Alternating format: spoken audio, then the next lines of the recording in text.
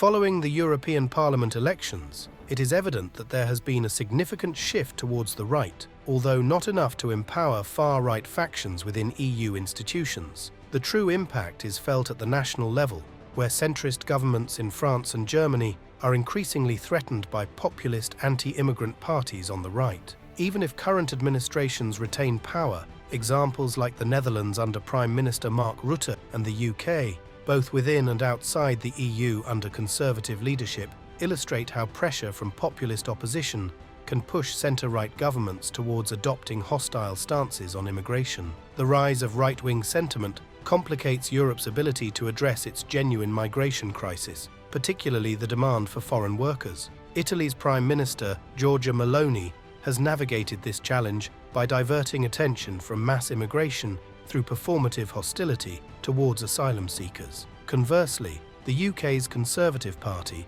facing imminent electoral defeat in the upcoming British general election on July 4th, has found this strategy unsustainable. Criticism is levelled at the EU's refugee system, which is described as simultaneously cruel, illegal, and ineffective.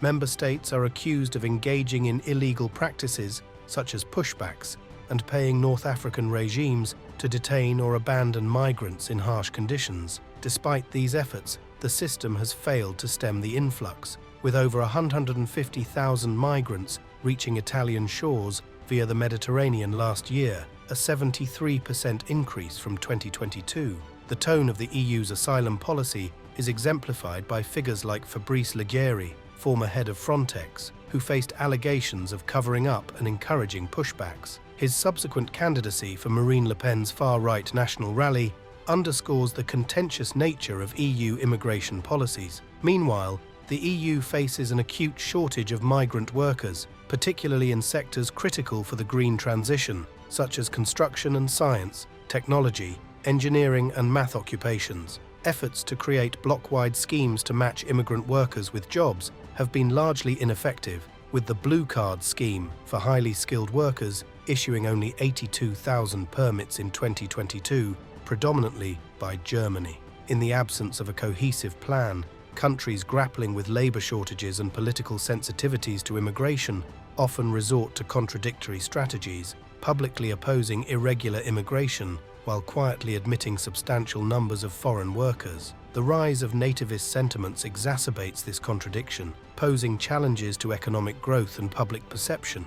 In the UK, successive Conservative leaders have attempted a dual approach, harshly treating asylum seekers while issuing substantial work visas, particularly in caregiving and higher education. This policy has eroded their credibility on both economic management and immigration control. Conversely, Giorgia Meloni in Italy has adopted a more nuanced strategy, increasing non-EU work permits while retaining support in Italy's wealthy north, where industries depend heavily on migrant labour. Despite her electoral success, she faces criticism over immigration policies exploited by criminal elements. Should far-right influence continue to grow across Europe, the political challenge posed by labour shortages will only worsen. Parties like the National Rally and Alternative for Germany, AfD, portray immigration as a problem rather than a solution, exacerbating Europe's economic challenges and perceptions of failure.